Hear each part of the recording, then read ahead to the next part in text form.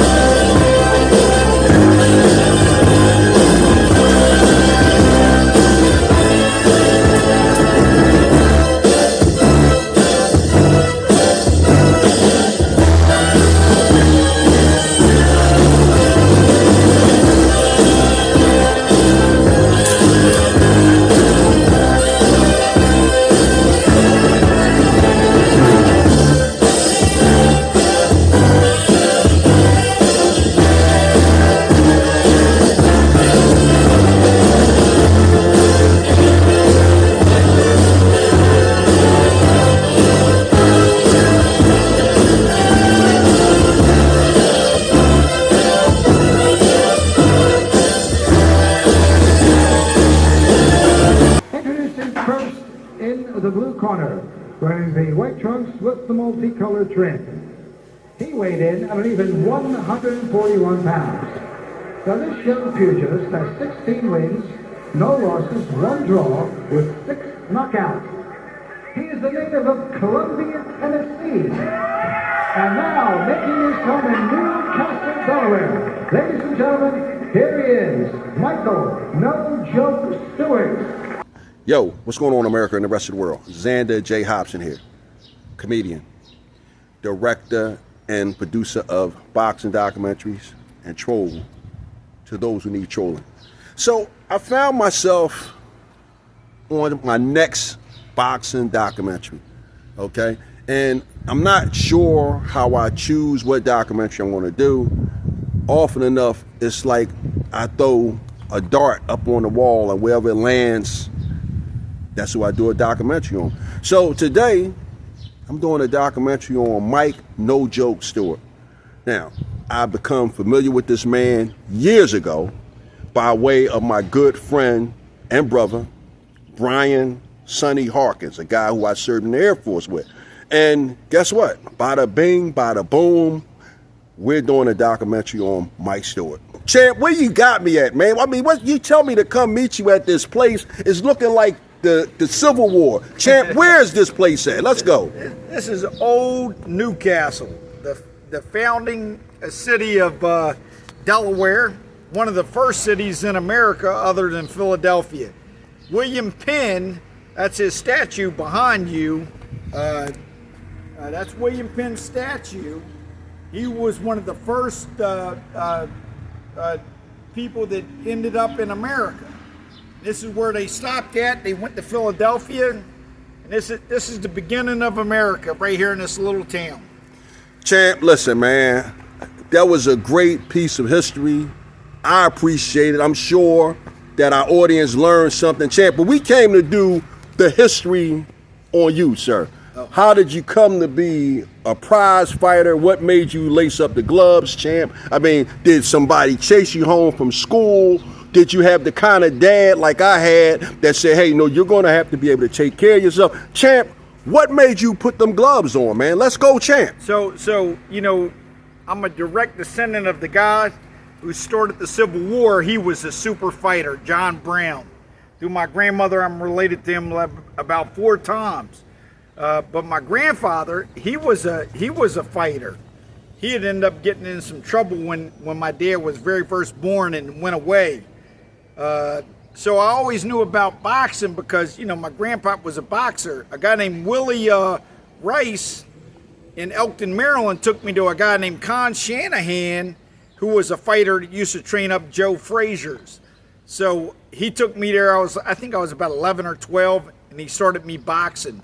From that point on, I continued to box.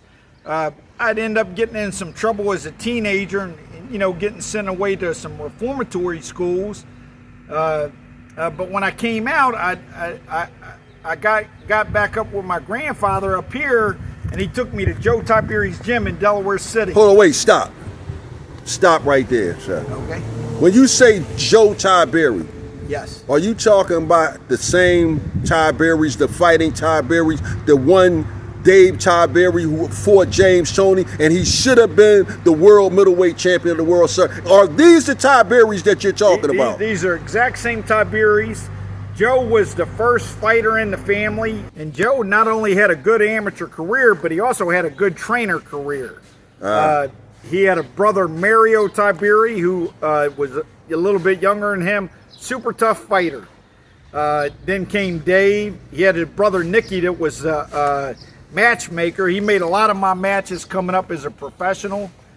The Tiberis are actually like cousins to my great-grandmom, because they're from around the same town in Abruzzi. That's a part of Italy they come from. Abruzzi, yes, I heard of Abruzzi. You know what I'm saying? They're from that area, around from the same town that my great-grandmom was from. All of them, like Dominic Tiberi. Big Dominic. Yo, let me tell you something. Dominic, right? Dominic had probably the most skill out of the younger generation coming up. I think they moved him a little too fast. You know what I'm saying? But Dominic had some real good skills, and I had big hopes on him. But he does real good. His pop Tony is an auto mechanic teacher, auto body teacher at Del Castle High School, and he's the Tiberis are solid fixtures in the state of Delaware with their name. Right. You know what I'm saying? Right. They're great people. You know what I'm saying? Dave Tiberi was robbed, in the James Toney fight. I've been wrong about as many ways as you could be about this fight. I thought the Tiberi had no chance in this kind of a fight because of Tony's edge of power. Being prepared to throw an incredible number of punches and having an incredible chin and ability to stand up, that you can beat a fighter as highly regarded as James Toney, or you can get way ahead. Well, you're right, Dan. You said earlier he could have some physical ailment that we're not aware of, and I shouldn't prejudge. I mean, we've seen him before, and he's never looked like this. I mean, the physical stamina and conditioning that he displayed in that Mike McCallum fight, I thought was awesome. But give Tiberi credit.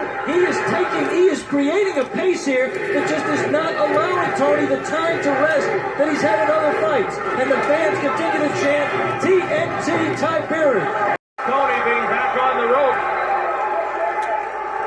I mean, he's certainly not making a great effort to get off the ropes, but he was there that time by choice.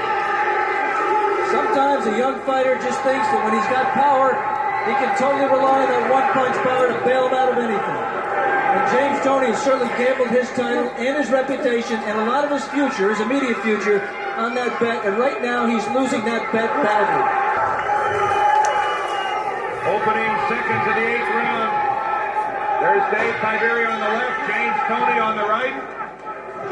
Tiberi from Wilmington, Delaware, where it's emanating from, but there's definitely blood on the nose of Tiberi. If we haven't paid enough tribute to the guts and determination, whatever the outcome of this fight, of Dave Tiberi in the white trunks with his back to you, let me just take this opportunity to do it again. I want to say, Dan, that James Toney's had some strange decisions in Atlantic City. He looked to be a clear win over Murphy Sosa, only got a split decision. Looked to be a clear win over Mike McCallum, got a draw. His manager, Jackie Callan, sent a letter to the commission protesting. It'd be interesting to see if that has any effect on the judges here. James Toney right now is hurt. He cannot move, and he's going to have to remain stationary.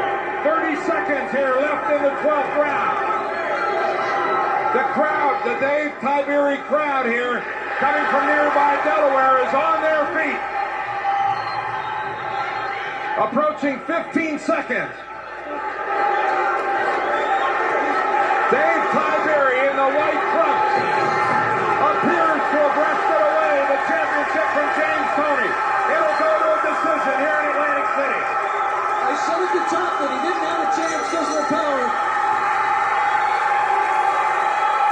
Unbelievable. You're absolutely right when it comes to Dave the Tiberis. I had the pleasure of meeting Dave Tiberi years ago when he was getting ready for boxing. He probably won't remember me. I was just a random face in the crowd. But I can remember when he was training for James Toney, and I didn't think he stood a snowball's chance in hell against James Toney. And I was so disappointed because he done so well, because I was to me, Dave Tiberi versus James Toney, that was the classic Rocky movie. And I was cheering for Dave because, you know, he trained at the gym. I remember Robert Hines and Steve Little, Lightning Steve Little, may he rest in peace. I remember them getting Dave Tiberi ready for his fight against James Toney. And I was so disappointed when they took that fight from him. Well, let me tell you something. When Dave was getting ready for James Toney, not only did he have Robert B.A.M. Hines, Steve Little, he had Prince Charles Williams, right, who had one of the best jabs ever. He also had Bernard Hopkins helping him. You know what I mean? Jeff Gant was helping him. He had all the guys in Philadelphia helping him for that fight. That's why he looked so good in that fight. And, yeah. You know, it was terrible the way that, you know, what they did to Dave. That score is about 117 to 111 for Dave Tiberi.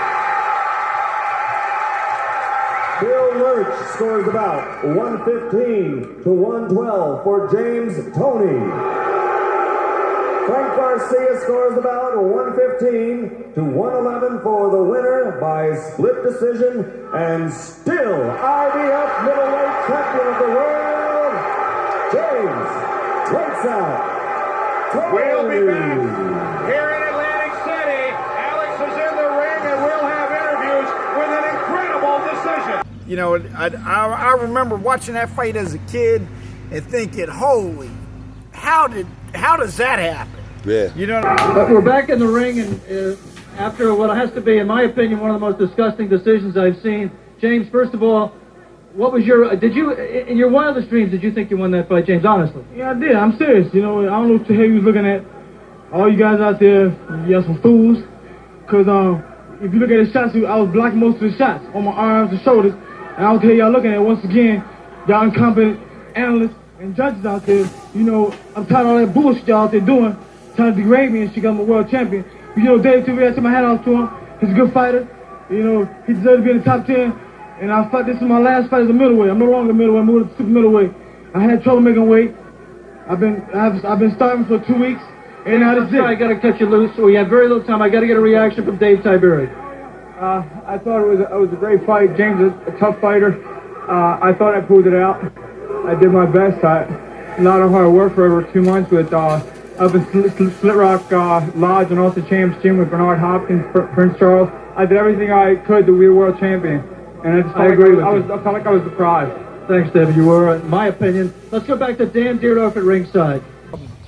but you know, we also had Henry Milligan, Hammer and Hank Milligan. Hard punching Henry Milligan. I remember that guy. He used to give Henry Tillman fits. Yes. Henry Tillman, 1984 gold medalist in the heavyweight division. But I do remember Henry Milligan. Yes, Henry Milligan. Introducing the contestants, fighting out of the red corner, weighing 187 3/4 pounds, with a professional record of 15 wins, 2 losses, 1 draw, and 13 of the 15 wins were KOs. From Wilmington, Delaware, wearing the red trunks, hammering Henry Milligan. And in the Hello, I'm trying to get in touch with Henry Milligan. Is this here on the phone here, sir? Indeed it is. I'm doing a boxing documentary on a friend of yours, a fella by the name of Mike Stewart, sir. What can you tell me about this fella, sir? I know Mike well. He was a champion, the same as me in the amateurs. I know he's very, very tough and trained very hard and whatnot. But believe it or not, I never saw him fight live, actually. But I saw a lot of his tapes of his fights, and the man could go. The man could really go. Henry Milligan was, Tyson even said it was his biggest amateur win, because he knocked Henry out in the Olympic trials, and then he ended up losing to Henry Tillman. And but Henry was, you know, Henry's part of Mensa. Only 3% of the world population is as smart as Henry Milligan. When you talk about Henry Milligan and his intellect, he was one of these guys. He was a pure athlete. He boxed because he wanted to, not because he had to. And you think about people like James Bone Crusher Smith, man had a master's degree and he was the heavyweight champion of the world. You think about Charles the Hatchet Brewer, very intelligent guy, and but he could have done anything, but he chose to box. There was another guy who was on the top of my head, but I lost him in thought when I thought about Charles Brewer. Henry, probably one of the smartest guys I ever met in my life. You know what I'm saying? Good man. You know what I'm saying? Extremely good man. There's been a lot of good fighters come through Delaware that, you know what I'm saying, we just never could get the people behind us to, back us like we should have. For whatever the reason. I don't know what it was. Just they had gems, but we all had to go to Philly. Yeah. You know what I'm saying? We all ended up in Philly. Dave ended up in Philly with Marty Feldman. Right. Remember, right. Marty trained Dave right. for that fight. We had Charlie Messina down here, but he had Henry. He had several fighters, but we just couldn't. We just could never get the backing for some reason. Right. You know what I'm saying? That's why I had to travel. But and fortunately, I was blessed to come up and be shown on TV many times. You know what I'm saying? Has worked his way through the road of 140 pounders with success. The lone blemish, this Friday night fight against a very active Doran Spivey. Since then, Mike has won 4 fights in a row. Last August, he was here in Atlantic City, and he was able to take down Brad Jensen. In October, a cut and bloodied Stewart scored a knockdown and a unanimous decision over Mike Davis. Most recently, he was at his best in front of his hometown fan base, destroying the previously streaking Chucky T. This 7th round TKO was a statement from Stewart that it's time to move upward and onward. And if he gets a W tonight, he wants to target a list of prime contenders. Ring Magazine's top junior welters is a dream menu of selections for Stewart to bite into. So Roy Jones had taken my career from a 6 and 8 round level to a 10 round level. Murad Muhammad and them got me rated #1 in the world. We got a lot of TV exposure with Roy and M&M Promotions. That's Murad Muhammad. Then we went with ESPN and Russell Peltz, and that's when the title fights came. You know what I'm saying? And we had 6 title fights with Russell. Mike Stewart, I think he had about 20 fights for me. He fought for me at the Blue Horizon on the last show I did there. Right. Before September of 2001. Okay. And then Dover Downs Casino opened in Dover, Delaware. A beautiful casino. And he became a fixture there on shows I did there on USA Network. Right. And, we had one fight at the Spectrum where he beat Ivan Robinson, and he had a couple big paydays overseas in Manchester, England, against Shambe Mitchell, who outpointed him over 12 rounds. It was a bad style, cute left-hander. And then we got a couple wins, and he fought Ricky Hatton and got stopped. But Mike Stewart, he didn't have great power. He wasn't a great boxer, but he had a great attitude for most of his career. He was a tough kid, and he got by on determination. Comes from nearby Dover, Delaware. He trains over in Philly. 25-year-old, father of 2 little girls. He's 32, 1 and 2. He has 16 knockouts. To come out of the belt.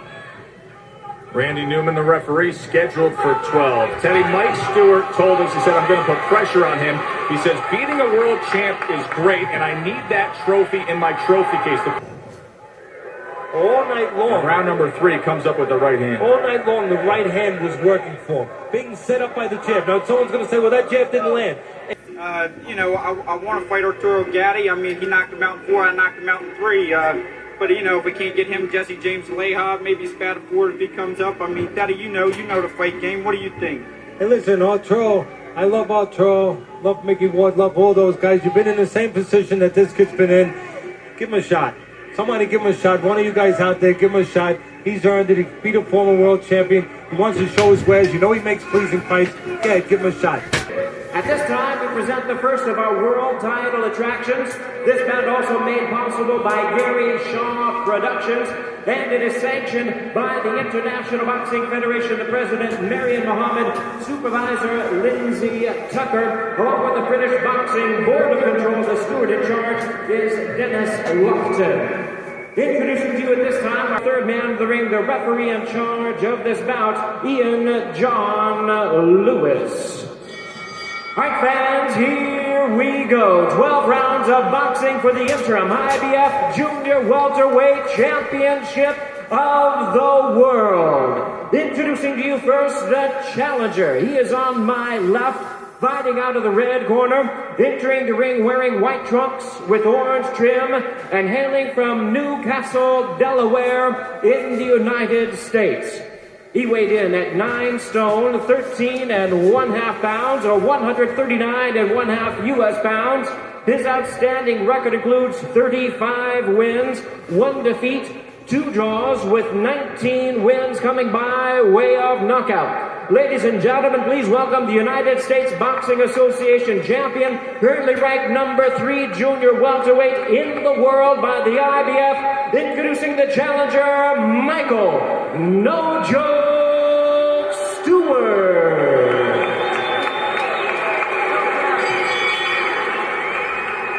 And his opponent across the ring on my right, fighting out of the blue corner, this 12-round championship attraction. He is the defending world champion, wearing black trunks with white trim, fighting out of Washington, D.C. by way of Tacoma Park, Maryland in the United States.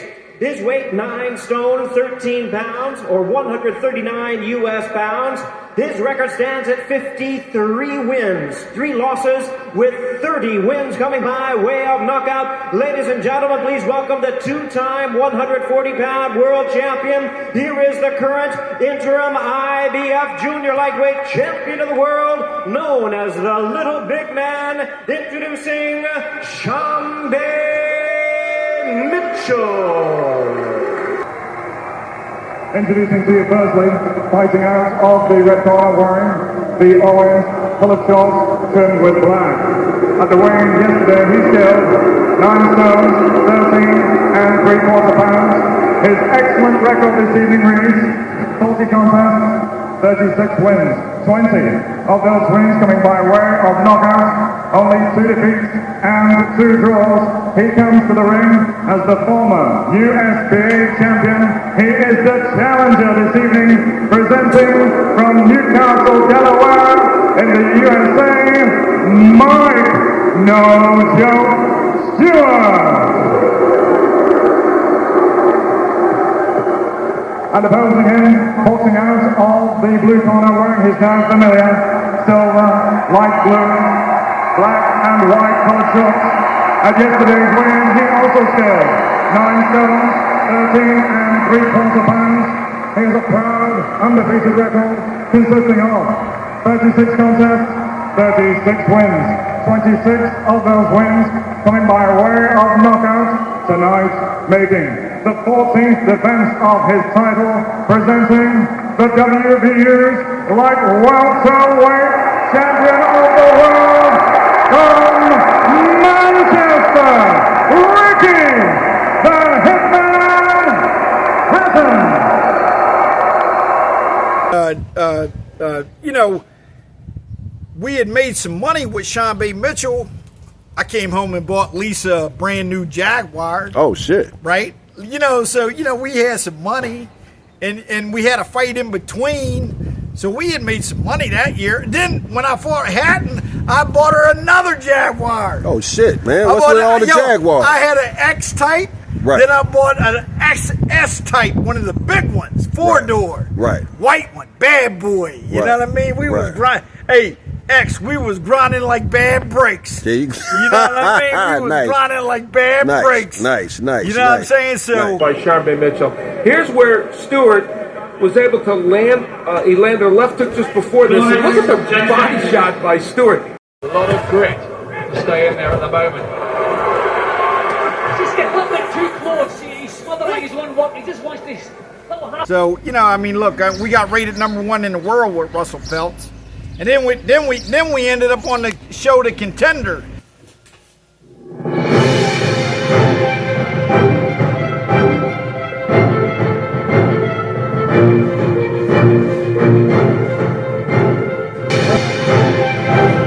What's up, fellas?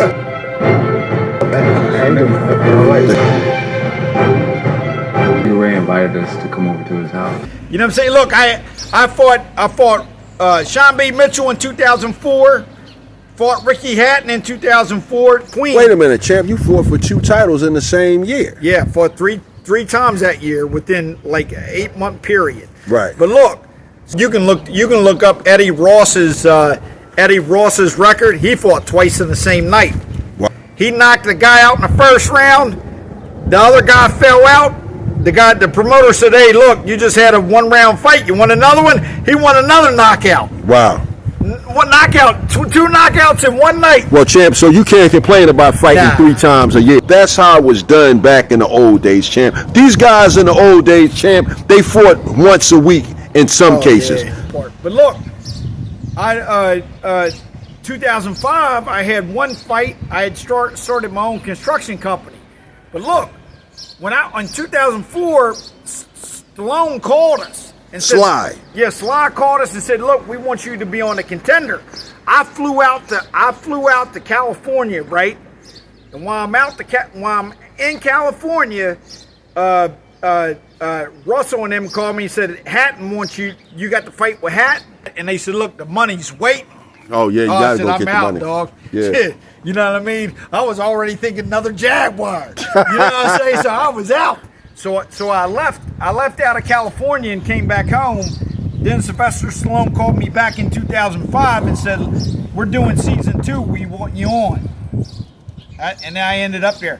So the guy that I fought on season 2, he just died of brain cancer. Rest in peace to Ebo. Ricky Hatton passed away last year. Rest in peace to Ricky Hatton. A lot of guys that I fought, I'm not sure which ones, but some of them are gone, man, and that hurts. A lot of guys that I came up with in Philadelphia, they're gone. You know what I'm saying? A lot of guys, man, and that's why I still go to these reunions. To see Gerald, see Robert Hawkins, see Keon Hebert, see Trick Troy, to see all these guys that they're still living. Because a lot of us are gone. You know what I'm saying? Look, Troy Browning's gone. Troy Browning. Yeah, remember him? Wow, I haven't heard that name in years, man. And a left-hander that could yeah, fight. You know what I'm Troy saying? Browning. Wow. What about Will Taylor? He's Will gone. Taylor. Anthony Washington got killed. You know what I'm saying? I didn't hear you say anything about Andre the Prophet, young man. Oh, man, let me tell you something. So Andre Prophet and me had the same trainer, the White Triplet. Yeah. And let me tell you something. Andre Prophet could have been world champ. Easy. And Andre got killed on a motorcycle accident, I believe. Yes, he got killed on a motorcycle. I think it was 88. Yeah, and you talking about a guy that could fight, you know what I'm saying? But I stay in touch with Omar Pittman, you know what I'm saying? He, Dwight had him, and Omar Super O, that was my man. A lot of us, he didn't come to that reunion last night, but, a lot of guys came. Ivan Robinson didn't come. A lot of guys that we came up with are dead. But well, the next time, sir, when this reunion is out, I'll reach out to some of my sources in the boxing world, because again, you guys are a lot younger than I am. When I say you guys, I'm talking about you, Mike, Keon Hebert, and a lot of the other guys. You guys are 5 to 10 years younger than me.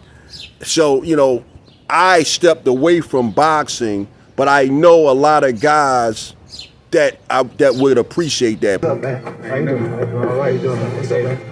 What's up, man? Sugar Ray invited us to come over to his house. I thought, this has got to be a hotel, man.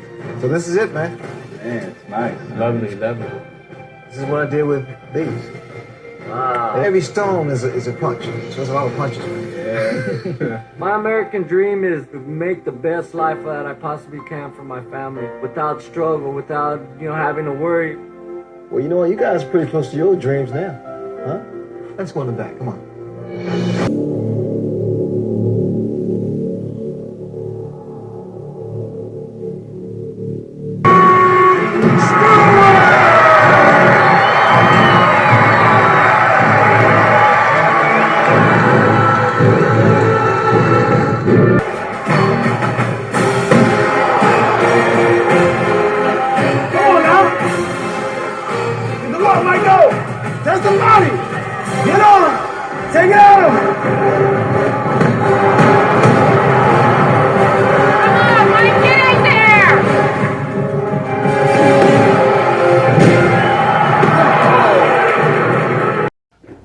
I'm on the phone with a gentleman by the name of Ryan Branch. He's a fixture in the Delaware boxing community.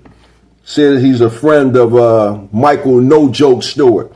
And this gentleman is going to tell us some things about Mike Stewart that we don't know about him. How you doing today, sir? I'm doing very good. Thank you for having me. Hey, man, thank you for participating, man. So, what can you tell me about this fella, Mike No Joke Stewart? I remember meeting Michael Stewart for the first time back in 1996.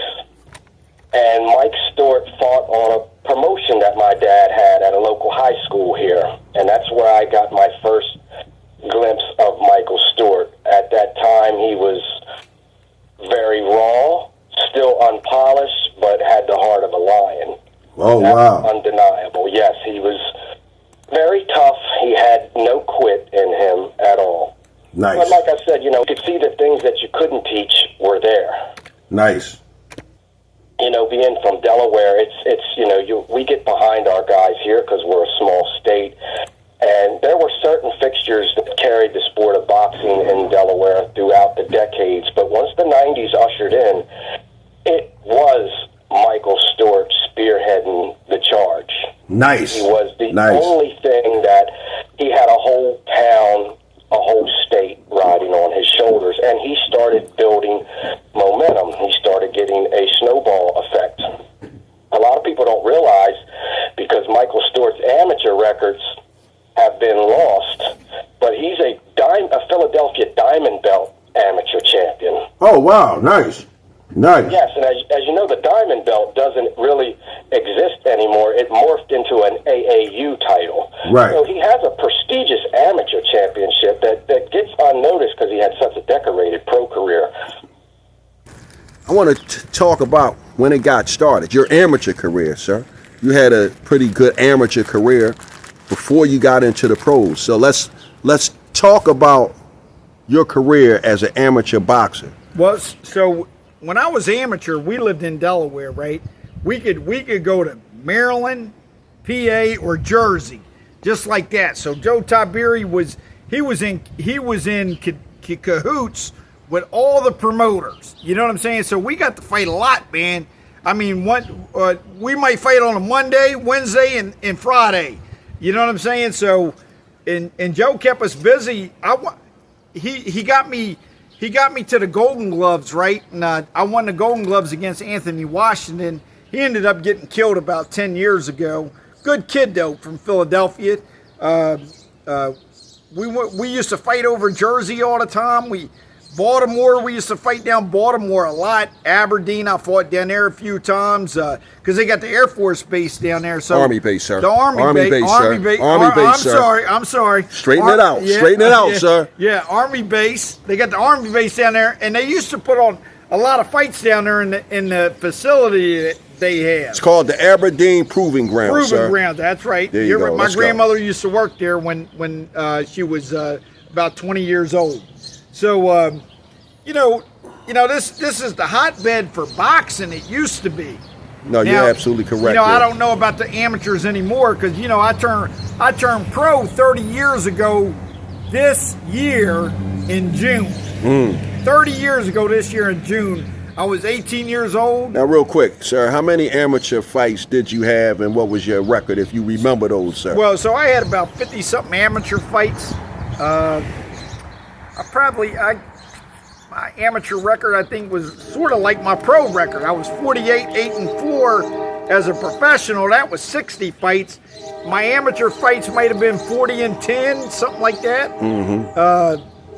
I mean, I fought so many times, you know what I'm saying? You lost track of it. Yeah, especially as an amateur, because it was just like, I tell you what, my dad had, down at my father's house, we have all my trophies there, and I got about 50-something trophies there. Right. I saved every trophy. Right. You know what I'm saying? Because, as a kid, as an amateur, you didn't get paid. You know what I'm saying? Now, look, I tell you what, I went to Ronnie, and I went to Joe Barbizzi. I brought him in my Golden Glove trophy, right? You know what he said? Let's go. You know what they told me? They said, look, get a wife and kids and see how much groceries that trophy buys you. So look, I was like, you know what? I'm a turn pro. Look, I made a lot of money boxing pro. 60 pro fights, I made a lot of money. I mean, you know what I'm saying? Me and Lisa, we blew a lot of money because her father at the time, he passed away now, but he always took care of us. You know what I'm saying? He would buy us cars. Now Lisa's your wife. Yeah. Okay. Her father, he would buy us cars. He bought us everything. You know what I'm saying? So we would take our money and just blow it. Right. You know, like we didn't have nothing to worry about. Now he passed away 6 years ago this year. It was sad, you know, sad knowing that he'd been there for us the whole time we've been together. And since I was a teenager, he raised me. You know what I'm saying? My manager, Keith Stouffer and Jay Pierce. Jay Pierce, his family happens to be from the same hometown in Italy my grandfather's family comes from. His family owns NKS. Uncle Frank Tigani, he's the one that started that big the liquor distributor. He's the one that started it. So, and that was Jay's mom. So, you know, my managers, they took care of me good, though. Who managed you, sir? Let's go. Jay Pierce and Keith Stouffer. My one manager was a school teacher from Newcomerstown, Ohio. His uncle was the greatest baseball pitcher to ever play the game. His name was Cy Young. The Cy Young Award. Yep. And then, Keith was a big sports guy himself. He played basketball for Western Kentucky. You know what I'm saying? But he reminded me of my grandmother, big on education, because he was a school teacher. So I'm on the phone with the manager of one Mike No Joke Stewart, gentleman by the name of Keith Stouffer. Sir, what can you tell me about Michael No Joke Stewart, sir? Let's go, champ. I can tell you a lot. There's a lot about Mike. It's a very interesting story. Mike was a kind of a bad boy. Okay. As a youth. And there was a gym in Delaware City, a small town. Joe Tiberi had that gym. And he was going in there and fighting. I saw him, and it looked like he had some talent. He and his brother both had talent. And I saw that, and I approached his brother, and his brother said, yeah, he'd like to fight. And then Mike came along, too, and he got in, and people, he won the Golden Gloves somewhere. I think it was Philadelphia area. Yes. And people said to me after that, right, you should think about turning pro. He's got a pro style with the body punching and all. So we did that, and he met success right away, and ran off a lot of wins as a pro, and led to some bigger fights, such as Ricky Hatton and Sean Bay Mitchell, etc., etc. No, that's great. I just pulled you up, and as I'm looking around in your pictures, sir, I see you a bit of a bon vivant, sir. I see you with a lot of these beautiful ladies in here, sir. Would you care? Do you want to add something about that, sir? You and all these lovely ladies that I see you with in your pictures, sir. Well, I better not. Hey, look, I'm blessed to be here today with both my kids out of college. You know, bills paid, got anything I want. You know what I'm saying? I'm not hurting for anything. You know what I'm saying? So I can't complain. You know what I mean, X? And you are blessed, sir. What I want to get back to. I want to get back to your boxing career, sir. Let's do it. Sir, I want you to talking about maybe who your favorite fighter is. Who inspired you? Who were you imitating as a fighter, sir? When you were in that boxing ring, throwing gloves and throwing fists, blood, sweat, and tears, sir. Let's go, champ. Let's go. My favorite fighter was Jake LaMotta. That's why the Raging Bull, sir. Let's go. That's why I got middleweight champion of the world. One of the best. Fought Sugar Ray Robinson so many times. It's a wonder he didn't have diabetes. Let's go, champ. So I liked him. I liked Jake LaMotta. Problem is, I tried to fight like him, and that's why I got cut so much. There and you I go. really shouldn't have fought like that. I should have really been boxed. You know, a guy like Sugar Ray Leonard, one of the greatest ever. You know what I'm saying? You say who? Leonard. Sugar Ray Leonard. Yeah, he was one of my favorite. You got to meet him on the contender. Well, let me tell you something. So I'm sitting on the bus with Ray Leonard, and he's talking about he had 200 plus amateur wins, only 2 losses. Right. I said, a guy from my gym gave you the business. Talking about your own artist, sir. Yep. Let me tell you something. Let's go. Talk about your own artist. So he says, who was that? I said, Jerome Artis. He said, let me tell you something. He was my last amateur loss. The year after that, I won the gold medal. Right. And Leon trained Jerome. Leon Tabs. He trained Jerome. Right. Jerome was a slick dude. I asked Jerome, I said, Jerome, Jerome ended up passing away. I said, what about that fight? He said, I tapped his ass. That's what he told me. He told me that. Right. He said, I tapped him. Jerome, you couldn't hit him or nothing. Jerome was a slick fighting guy. I've had 2 or 3 subscribers ask for a video on Jerome Artis. Artis won the featherweight national AAU title in 1972, defeating Sugar Ray Leonard along the way. Artis said, quote, I remember I didn't have too much to wear, some $1.98 trunks, and he came into the ring with tassels on his shoes and a robe with fancy writing on it. I remember saying, if anybody beats me, it ain't gonna be him. Leonard, he put his punches together. Yeah. Now, I asked him, I said, yo, Ray, I said, what do you think about Floyd Mayweather? He said, let me tell you something. A young me and a young Floyd, top, I beat him easy. I said, okay, why? He said, because guess what? I never slowed down. I let my hands go in 5-6 punches. When would Floyd ever be able to counter me? You know what I'm saying? He said, really? When would he ever? Because Floyd liked the counter, like the roll and all that. He said, but I let my hands go, Mike, and I never slowed down. Look what I did to Tommy Hearns in the later rounds in that fight. You know what I'm saying? So, and I mean, look, I always liked Floyd Mayweather, good fighter. I'm slick. A lot of people said it wasn't, he was sort of boring, but I always liked Floyd. You know what I'm saying? Right. I fought Hatton before Floyd. Right. I fought Mitchell before Floyd. You know what I'm saying? I went and you took some of the steam out of him, champ. Man, you took some of the steam out of him for I you. went over there. I was on that. They said I got a ticket for you. I'm on my way over. Right. Over to see. Right. We went over the pond, baby. There you go.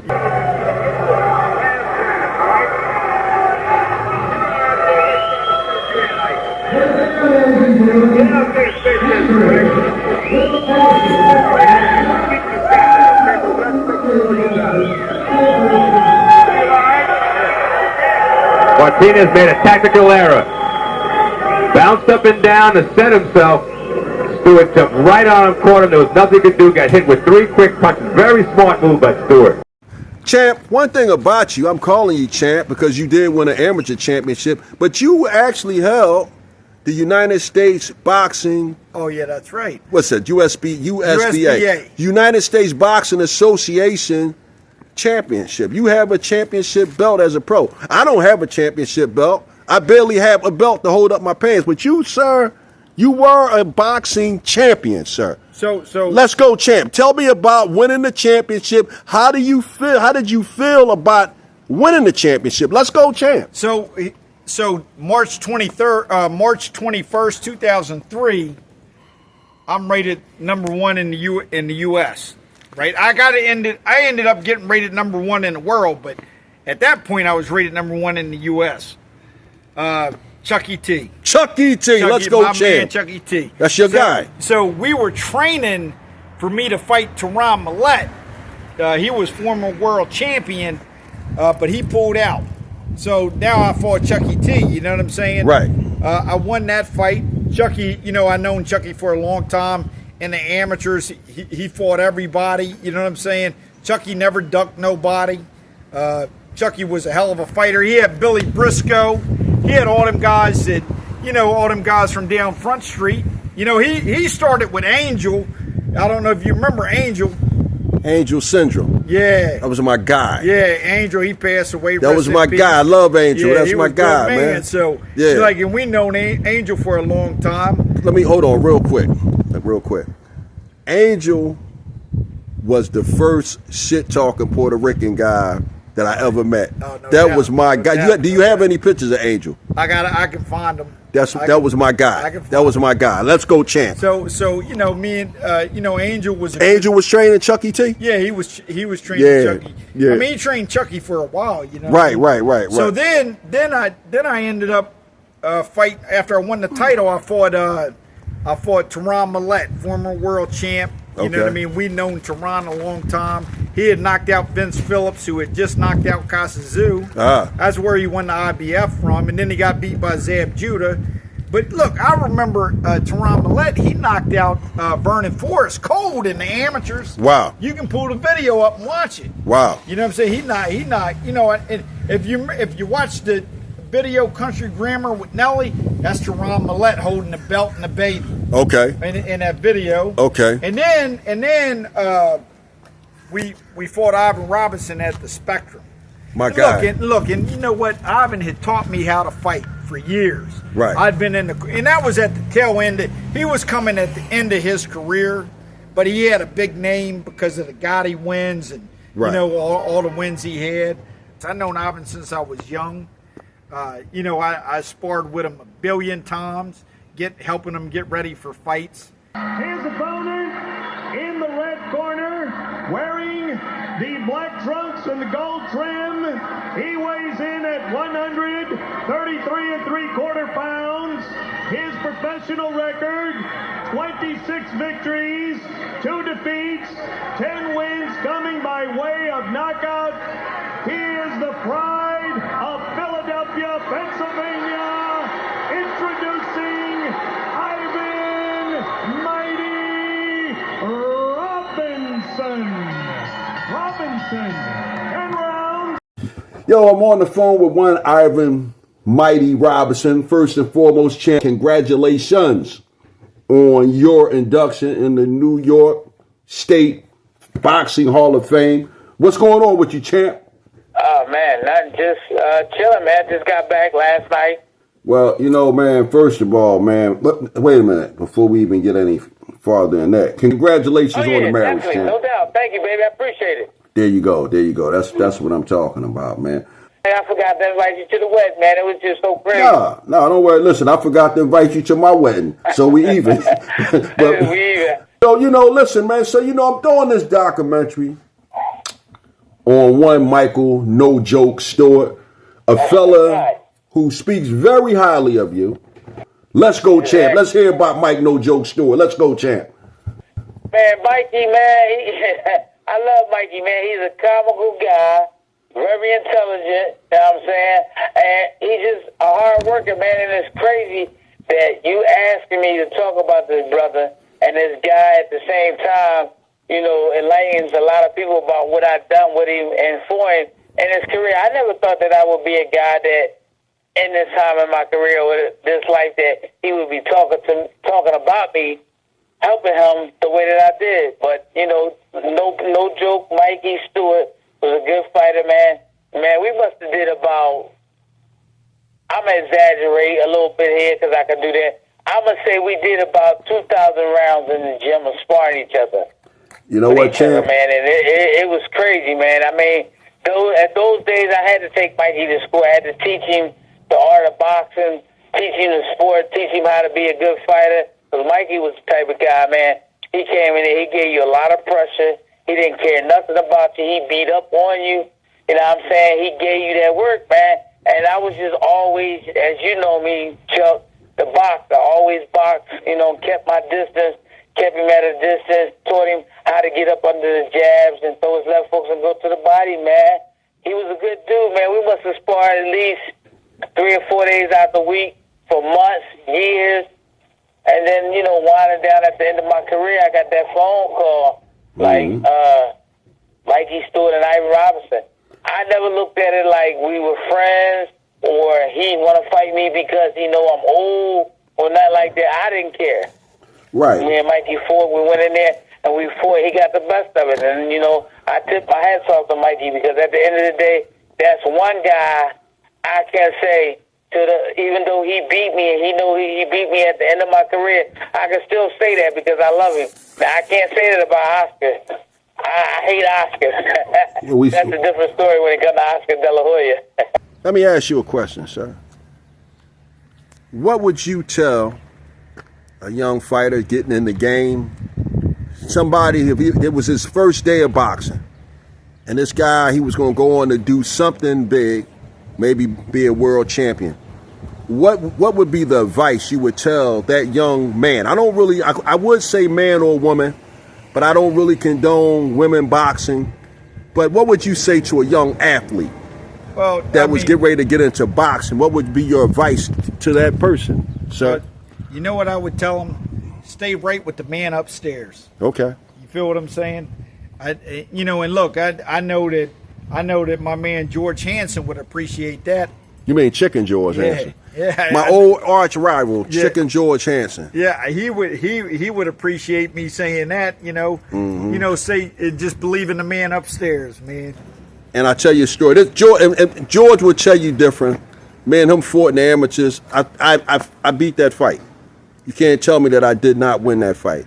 Now, when George, we talked about it, and he jokingly said to me, he said, Chuck, he said, you're the only person in that arena that thought you won. So we had a laugh about that, but I really feel like I won that fight. But I will say this about that fight. I was scared to death. Okay, that was the biggest fight of my life. I've never had a bigger fight than that fight against Chicken George Hansen, and it was in 1984. And I was, like I said, I was motivated by that fight. And where I was motivated by, because Meldrick Tiller had beat the Cuban Adolfo Horta. Yeah. And Meldrick was knocked down twice, but he still steamrolled his way back and won. So that was my motivation in fighting George Hansen.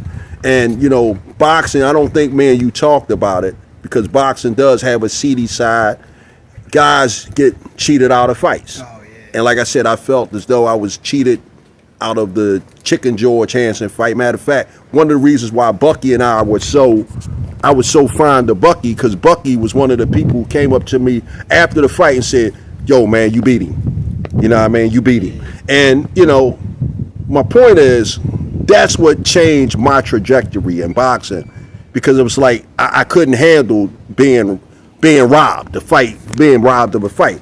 Is there a fight that you fought that you felt like that you were robbed, that they took the fight from you? I lost 4 split decisions. Yeah, right? Same judge. Right. Same judge from Philly. Right. Same judge from Philly. Right. Did all 4 split decisions against me. Ladies and gentlemen, first, introducing to my right, this young man stepped on the scales this afternoon at a prime 168 pounds, wearing the all-black trunks with a professional record of 35 wins against only 4 defeats, 19 of those wins by knockout. Ranked number 19th in the world, ladies and gentlemen, hailing from the great town of Hartford, Connecticut, welcome the Iceman, John Conley!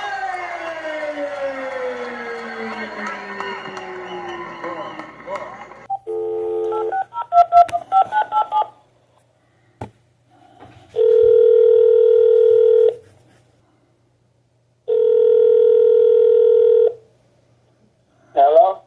Yo, champ, what's going on, man? How you doing? Hey, first and foremost, man, I want to thank you very much for taking time out of your busy evening. Yes, sir. No problem. So listen, man, first question up, sir. I need you to tell me what you can about a friend of mine, fella by the name of Mike No Joke Stewart, sir. Let's go, champ.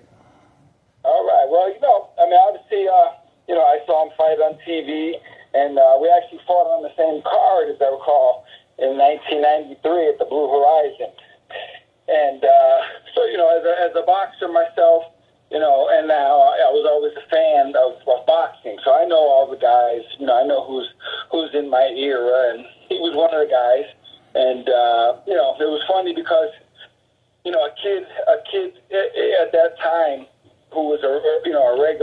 New Horizon, you knew he had to have something, for Russell Peltz to be using him there on a regular basis. So, I see him, and I just remember he scored some really good wins in his career, and he was a kid. He had the old like Philadelphia tricks. A lot of people admire the Philadelphia tradition. There's toughness and there's tricks. They call the Philly shell and all these different type of things. And he was, he was that guy. He was that type of kid. A rough, tough kid, but he had some boxing skills and he pleased the crowd. He was, he's energetic. Even now, when you talk to him, he's got that way about it. It's kind of funny. He's got that way about it, like he's like a character in a movie. What made you give it up? When did you get to the point where you said, you know what, enough is enough, I could head off into the sunset? Well, you know what, I got beat up at the New Alhambra by a guy that he wasn't that good, man. And you know what I'm saying? I didn't have it in me to train. I had already started transitioning into something else, right? Right. And then I came back, I had to pay some taxes. And because, the greedy-ass government, they're always got their hands in your pocket. You know what I mean? So I came back to make a comeback, pay some taxes. And then I won 3 or 4 fights, had a couple knockouts, whatever. You know what I'm saying? And then I won another fight down Fairfax, and I didn't even train for that fight. And then I lost my last fight. I wasn't even training for that fight. I mean, because, the boxing wasn't there for me anymore. I was 34 years old. Right. I had turned pro 16 years earlier. Right. You know what I'm saying? And I had fought 5 title fights within that stretch. You know what I'm saying? Right. And when I tore my rotator cuff on a Contender, I didn't want it no more. Yeah. It just leaves you. You know what I mean? You find other routes, and you already made money. You know what I'm saying? You already been in front of the camera. Mm-hmm. You know what I'm saying? You've been in front of the lights. What else is there to do? There ain't nothing to do. My kids, I got to get my kids on television with the Contender. I got to take them out to California. Mm-hmm. You know what I mean? That's big. That's always going to be big to them. Right. You know what I'm saying? Right. So Right. There's only so much more you can do. You know what I mean? Yeah, I mean, I didn't want it no more. That was it. That happens, man. Yeah, that happens. Well, champ, I think we uncovered all we can cover, man. What? So how you want to close this out, man? What you got to say to him, man? You got to spin them if you want to win them. There you go. You know what I mean? There you go. Bam. Let me get a bam out you, champ. Bam. Spin them if you want to win them.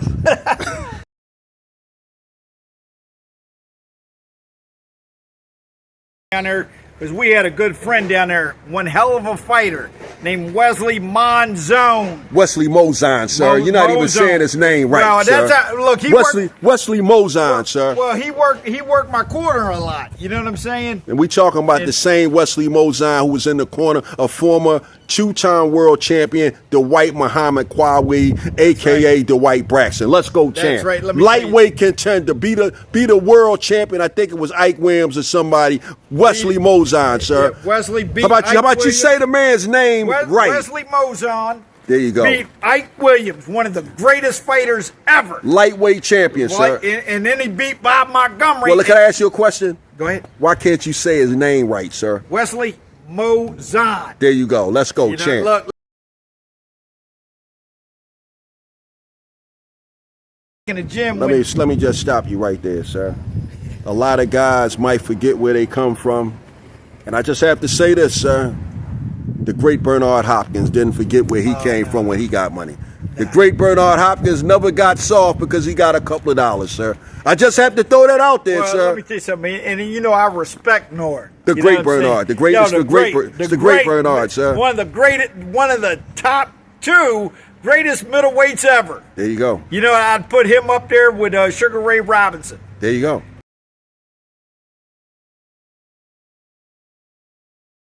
A friend of mine, Jeff Fraser, we was on the TV show together twice. You know what I'm saying? He gets hit by a train. Wait a minute. Wait, stop. Stop right there, champ. Stop. Now, you got a lot of depth surrounding you, man. Opponents, guys that you fought. And I would surmise that at the time that you fought him, you had quite a bit of animosity with him, champ. So is there a possibility, champ, that maybe you might have put a curse on him, or maybe your wife might have put a curse on him? I don't know. Maybe your mom. What do you think, man? Well, is it the no joke? Is it the no joke curse that befell these guys that you fought? What's going on here, champ? Well, I mean, you know what? It's hard to say. I would hope I didn't put a curse on anybody. You know what I'm saying? Because I'm really, to tell you the true facts, I believe in God, and I'm all about doing the right thing. You know what I'm saying? Mm-hmm. I'm all about going the right way. You know what I'm saying? But for that to happen, that hurts the most. Right. Especially all the people that I know that came up with me through the years that are gone now. Now, we talking about these people that you fought that died, sir. Not talking about the people around you, sir. It sounds very suspicious to me. But I just hope, I put it like this, man. If I done or said anything to you leading up to this moment, I apologize, because I don't want to die, man. I want to live to be 110. And I want you to live to be 110. Okay. And I'm going to give you the John Brown blessing that you live to be 130. There you go. That's what I'm saying. That's what I'm talking about. You know what I mean? So, I mean, that's what I hope for.